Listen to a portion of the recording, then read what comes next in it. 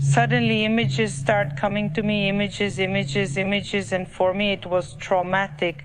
The fact of seeing all those images, seeing her. Lying in Those conditions, I mean lying on the ground as if she were a trash bag, as if she were useless.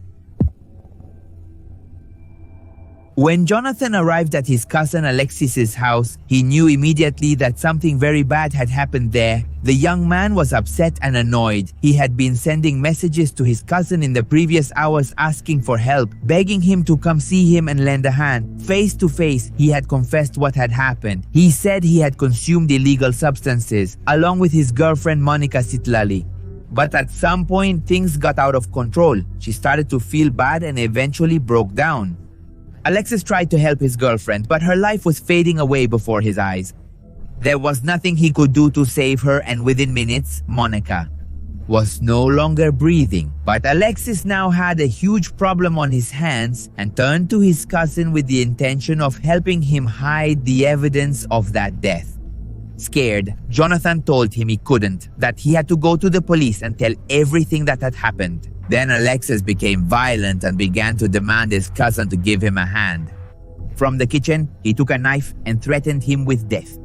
Feeling cornered, Jonathan took advantage of Alexis's lack of lucidity and escaped. This is the story that Jonathan told to the authorities, but the question is, was it true? Did things really happen this way? Was Mónica's death accidental, or on the contrary, was she murdered and her crime covered up by an entire family? I'll explain it in today's video. This is the case of Mónica Citlalli, the story of a femicide that shocked Mexico and exposed.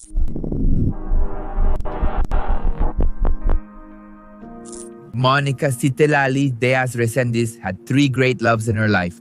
The first was her 11-year-old daughter, whom she raised alone and with absolute dedication. Her second passion was English. She taught at the Institute of Education, where she had learned the language and transmitted it with the same passion and commitment with which she did everything in life. And the third thing that gave her enormous satisfaction was physical exercise, because in addition to the normal training that anyone does, Mónica had for some time added an interest in bodybuilding. With the idea of perfecting her body to the maximum, she had signed up at a gym located on Morelos NKTP Road, as I was telling you. This is in Mexico, specialized in this physical activity. She went there every Saturday, the only day she had off, because Monday through Friday, she worked hard teaching. She did it during the morning and also in the afternoon until night. In between, she would return to her house around noon to feed her daughter and take her to school. It was a tough and sacrificial routine because Mónica traveled several hours by bus daily or by truck to connect her home with work. But she did it gladly because she loved teaching, which allowed her to provide a good life for her family. Unfortunately, something unexpected crossed her path because at the gym she began to interact with different people who told her the secrets and tips of bodybuilding until she met Jesus Alexis Alvarez Ortiz, with whom she had immediate chemistry. The young man was a personal trainer at that same place and knew how to charm her with his charisma. At first they were friends, but gradually they started dating. The bond at first seemed healthy and with the possibility of lasting over time. Mónica was happy with Alexis, or at least that's what she made her closest friends believe. She had managed to include that relationship in her busy schedule of activities without ever neglecting her work, let alone the care of her daughter. Mónica was a woman everyone described as responsible and organized. There are very beautiful memories with her. She was very cheerful, she was Funny. She was loyal, always going to work and nothing else. Very sad, very sad. Perhaps at some point, Alexis felt that he wanted more of her, that despite all the efforts Mónica made for her, with all her responsibilities, he deserved to have her exclusively. The truth was that as the weeks went by, Mónica decided it was time to formalize that relationship in the eyes of her family. To introduce her, brand new, in quotes, boyfriend, she chose her birthday party. She invited him to her 30th birthday celebration with the idea that her parents and siblings could meet him and get the best impression. However, the impact on her relatives was not what she expected. And this because Mónica's mother was the first to show her discontent with this guy. and she let her daughter know. There was something about that boy she just didn't like, and you know mothers always have this sixth sense. In fact, to such an extent that it generated rejection and mistrust in her. This feeling was based on a hunch, this sixth sense thing I'm telling you about, that she had been feeling for several weeks even before seeing him in person. The relationship seemed to be moving fast, but the woman felt that Alexis was very possessive of Mónica. There were attitudes in her daughter that had set off her alarms. He seemed to envelop her more and more, isolate her from them, and try to convince her to be available only for him. Of course, Mónica was already a woman of just turned 30 years old, and her family could do little more than warn her to be careful. That birthday was the last time Mónica's immediate relatives saw Alexis in person. No one would even suspect it at that moment, but the next meeting would be in court, in the dock for the worst of crimes. It's not fair, gentlemen. If you have my daughter, please give her back to me. My daughter also has a daughter, and I am already old to keep fighting for that girl. What will become of her if I happen to be missing or my husband happens to be missing? One day, the young woman showed him that she had tattooed a rose in honor of Alexis. This came as a cold shower to the family, who were greatly surprised that she had gotten a tattoo when she had never shown interest in doing something like that before. And then, to add to the general unease, the young woman also told them that Alexis had done the same, but in a much more radical way. In total, he had not only tattooed her name once, but twice on his body. With black ink, he had written Citlalli because that's what he used to call her. But far from finding that gesture romantic or sweet, Mónica's family found it disturbing. Why in such a short time did Alexis show such a level of obsession with the young woman? Why had he convinced her to get a tattoo if it was something she initially rejected? Well, despite the persistent suspicions, the truth is that Mónica never said the man was violent with her. There were no reports of any kind or comments from the young woman or her friends or siblings, but the doubt was always there in her mother, and sooner rather than later she would discover that this sixth sense was not wrong. Because on November 3rd of the year 2022, Mónica went out as so many other times to fulfill her busy weekly schedule. During the morning, she went to the English Academy, and after completing her first shift, she quickly returned home to feed her daughter and accompany her to school. It was then when she had to start the second part of her workday and return to the academy, but something different happened that day. Unexpectedly, Mónica announced that she would go to the mall to do some shopping. Instantly, that aroused the concern of the family. She never delayed going to work and changing plans. Just like that, it was enigmatic. Moreover, she had not given them more information. Her parents didn't know if she was going to meet someone at the mall or what the rush was all about. That's how the hours began to pass, and Mónica's family tried to convince themselves that everything was under control. Although that suspicion about her sudden change in routine was starting to make them impatient.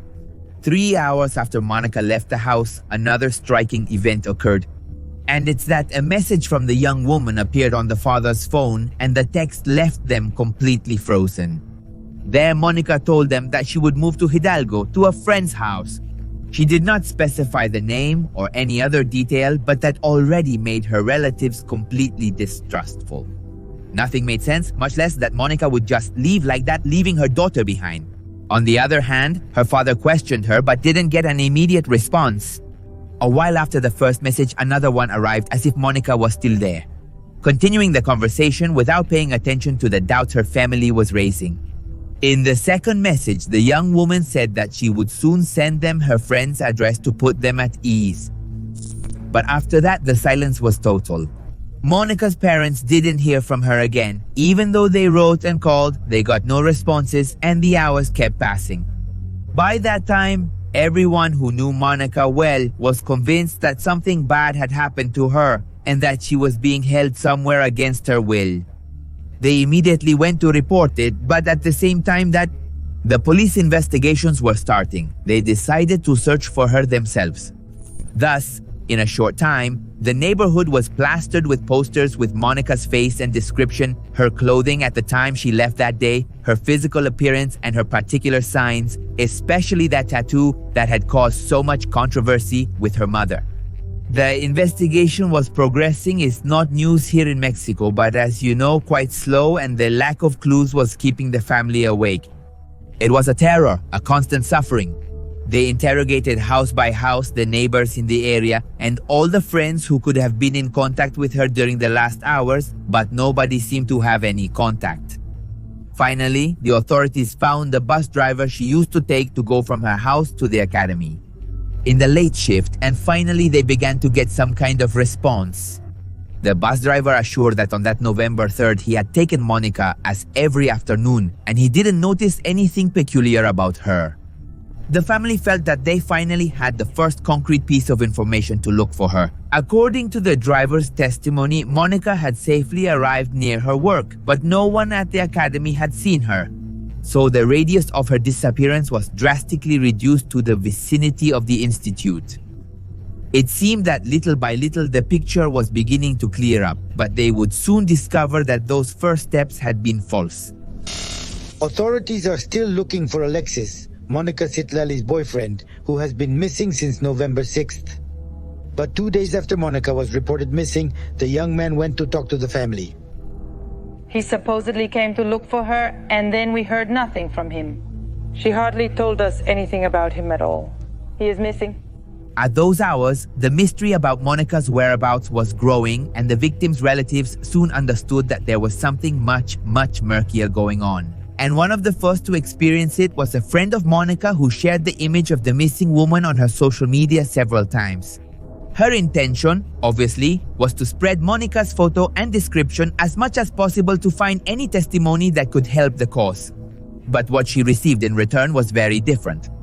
In her private message box, or inbox to be more precise, she received disturbing words that came from none other than Alexis, Mónica's boyfriend.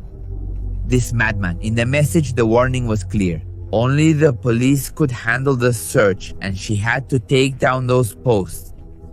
The message declared a threatening tone.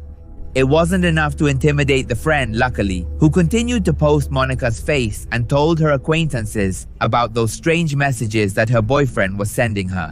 Why wasn't he sharing Mónica's image to help find her if he loved her? That was the question. What was he hiding? Other strange and painful things happened to the family during those hours, and while the police were deploying a broad search protocol, albeit without very concrete clues, Mónica's parents kept receiving calls. Different anonymous voices sought to extort them, telling them that they were the kidnappers of the young woman and the teacher as well, and they demanded money for her release. In some cases, they even asked for $1,500 in ransom, but as soon as the family asked for any proof of life, the communication was cut off. They were clearly false calls from opportunists looking to take advantage of such a distressing moment. At that time, it was also difficult for the woman's parents and siblings, you can imagine, to discern between false leads and true evidence. And to top it off, the authorities did not act as quickly as they had hoped, and the first few hours were extremely distressing.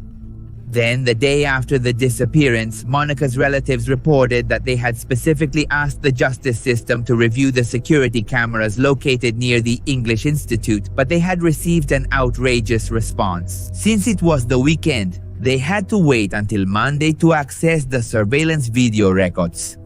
And as you realize, bureaucracy in this way hindered a key moment in the search. You know, the authorities that are lazy. Besides, if Mónica was still alive in those first hours, crucial moments were being lost to solve the case. Even having accessed those images in time would have allowed them to know that they were looking for the young woman in the wrong place. At the same time, a friend of Mónica got in touch with Alexis's mother with the aim of directly knowing what the boy was doing at that time. When the woman responded, her words set off all the alarms in Mónica's family. Apparently, Alexis had also disappeared. Officially, the boy's mother reported him missing on November 7th, 5 days after Mónica's family lost contact with the young woman. What had happened then? During those days, had the couple been victims of a kidnapping? Or did Alexis consciously choose to disappear off the map to avoid being investigated by the police? Well, in response to the inaction of the authorities, the public and media response began. Various feminist organizations took matters into their own hands and held several demonstrations, including roadblocks, to draw attention to Mónica's disappearance. And they succeeded with this because from that moment on, all Mexican media began to dedicate long hours of coverage and debate to the disappearance. Something that obviously pushed justice to now act. According to the report and the version given by her own family, the 30-year-old woman arrived at this site. However, she did not enter the educational institution, and later, well, the messages that the family received came. They are friends, family, women, men, children who have moved to Morelos Road to block both directions. And also a detail that the family had not overlooked was that the last message supposedly sent by Mónica spoke of moving to a friend's house in Hidalgo. So the authorities in charge of the investigation began to inquire about what place it could be. Again, the most significant advances would come from the parallel investigation set up by the victim's friends. The young woman who had contacted Mónica's mother-in-law to see if she knew of any place of interest for the young woman and Alexis in that region. Hidalgo is, by the way, located 204 kilometers from Mexico City, which is equivalent to a car journey of approximately 2.5 hours, just to give you an idea. And then Mónica's family didn't know this supposed friend who lived there, but apparently Alexis's relatives had something to hide about that location, because when Mónica's friends started asking the boy's mother about that city, she received evasive answers and eventually the conversation was blocked. The cloud of suspicion over the boyfriend was becoming increasingly heavy. In short, all eyes had already focused at that moment on Alexis and his disturbing absence. Unfortunately, no effort could prevent what would happen next. For the woman found lifeless. What a story, a mask. In a place on the border of Mexico City and Morelos, it's Mónica Citlalli, a 30-year-old English teacher who had disappeared. Relatives went to the facilities of the prosecutor's office of Mexico City and recognized her after the body was found next to the Mexico-Cuernavaca highway. On November 9th, Mónica Citlalli's family received the worst call of their lives. They were informed that the lifeless body of a woman had been found and it matched the description of the young English teacher. To make matters worse, images of the corpse were circulating on social media and her siblings ended up seeing it. All that remained was for her parents to officially identify the body, but the information seemed confirmed because there was an unmistakable sign that it was her, the rose tattoo she had gotten in honor of Alexis, the one I was telling you about at the beginning. In turn, the young man was emerging as the main suspect. The crime was confirmed by this point because the initial forensic reports indicated that the death had occurred due to a severe blow to the head, and finally the body had been found semi-hidden among black bags. By that time, it had been found semi-hidden among black bags. By that time, the confirmation that it was, very possibly, a femicide caused media coverage to increase even more. Indeed, Mónica's funeral was also an important moment in Mexican police history because many people came to pay tribute to her despite not having known her in life. The atrocious death of the young woman had deeply impacted a community tired of counting gender violence victims by the hundreds.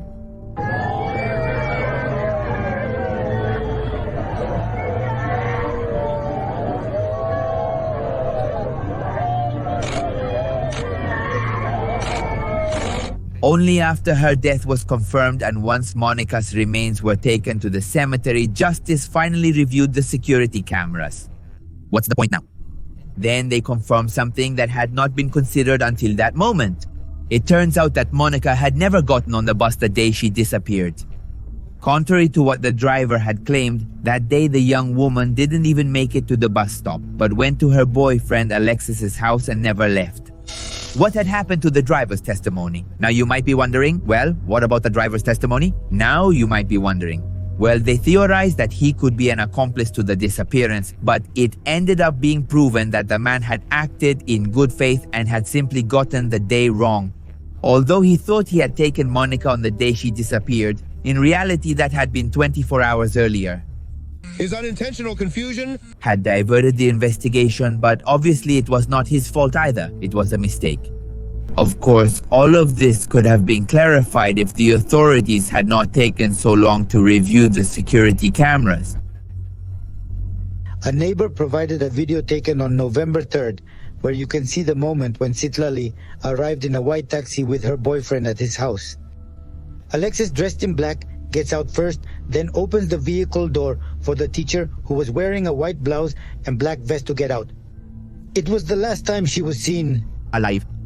Once she crossed the door of Alexis's house, the recordings confirmed she never came out again. No image in the hours and days following that fateful November 3rd showed her leaving the building. Instead, they showed many other suspicious movements around the boyfriend's house, who, by the way, let's remember once again, was also missing at that time. Of course, by that point, he was already emerging as a man on the run from the law.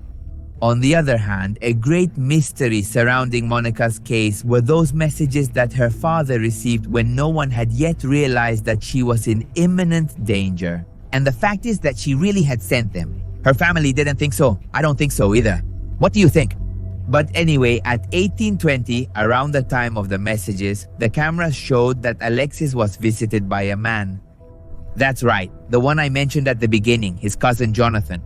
In his testimony, the boy claimed that he had nothing to do with the crime and that he had learned about Monica's death when he entered Alexis's apartment. He wanted to absolve himself of all responsibility, but for the family, this did not answer a crucial question. That is, if he had indeed escaped from the house, why didn't he immediately report it to the police? Well, his lies were exposed when, in the early morning of the 6th day, Jonathan's bayerische motor and worke returned to his cousin's house. At that moment, the most wanted man in Mexico came out with the clear intention of fleeing and got into the car, also with the clear intention of going unnoticed. Then, Jonathan's alibi was falling apart, obviously, and it became clear that the Alexis family had actively helped him escape, that they had also been participants. But that was not all, because internet users would find another revealing fact that incriminated this monster even more and made them think that Monica's might not be his first femicide.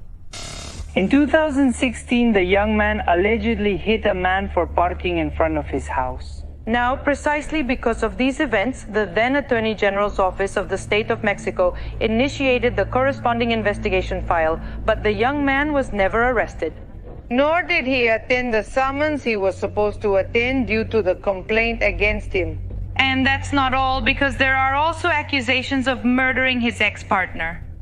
It was Patricia Montiel Ramos, a young woman also linked to bodybuilding, who posted photos with a young Alexis on her social networks until her post abruptly stopped in December of 2021. Just before New Year's, her lifeless body was found in her home. The cause, apparent bronchoaspiration due to excessive alcohol consumption. As you can imagine, Alexis was the last person he had seen. He claimed to have left her drunk at her house, but alive.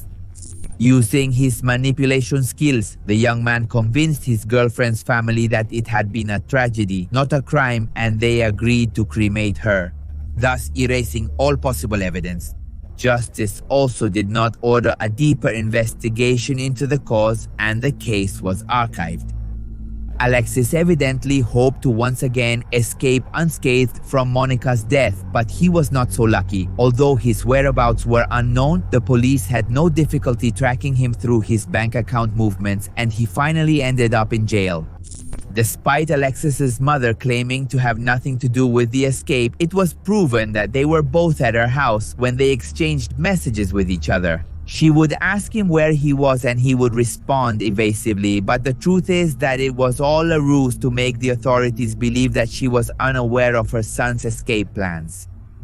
On the other hand, Alexis's cousin Jonathan met the same fate when it was proven that he had lied in his first testimony. Despite all this evidence, a fear persisted in Monica's family. Would there finally be justice? Alexis N., boyfriend of the English teacher Mónica Citlalli, confessed to having murdered her when he was under the influence of a drug. And he said like this. The first hearings revealed that Alexis's ability to manipulate was still intact. The defendant appeared to testify with an oxygen mask and an IV, although it was never clearly known what medical condition he was suffering from. But for Monica's family, it was all a crude attempt to play the victim and shift the focus from the real crime. On the 18th of October of the year 2023, this man was found guilty of unlawful imprisonment and sentenced to 25 years in prison. But from then on, the trail becomes blurred and it is not clear what happened with the complicity of his relatives. On October 30th, his relatives were complicit. On the 30th of October of the year 2023, in theory, the trial against Monica's former mother-in-law was to begin, but there is no record or whether she was sentenced or not. Then the journalistic chronicle whether he was sentenced or not. Then the journalistic chronicle, which seemed to focus on other femicides and Monica's, was left in absolute silence. And this is how Mexico continues to be mired in a huge number of femicides, which were above 331 between January and May of 2024. In 2022, Mónica was one of the 961 women murdered in the country in just 12 months. Her case seems to get lost in a sea of names and faces that swell a totally catastrophic figure.